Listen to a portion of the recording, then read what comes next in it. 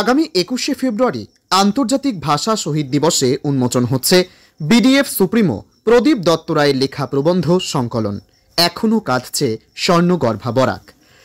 Club road Ellora hotel ভবনে বিকেল 5:30টায় পুস্তকটির আবরণ উন্মোচন হবে। লেখক এবং সংকলনে বরাক উপত্যকার সমস্যা উত্তরণের দিক নিয়ে সুগভীর আলোচনা ছাড়াও বরাকের জ্বলন্ত সমস্যাগুলি তুলে ধরার প্রয়াস করেছেন।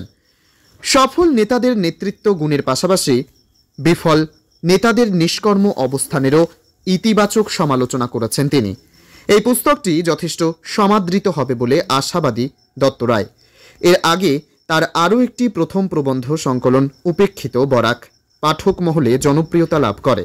এখনো কাঁদছে স্বর্ণগর্ভা বরাক, এটি তার দ্বিতীয় প্রবন্ধ সংকলন।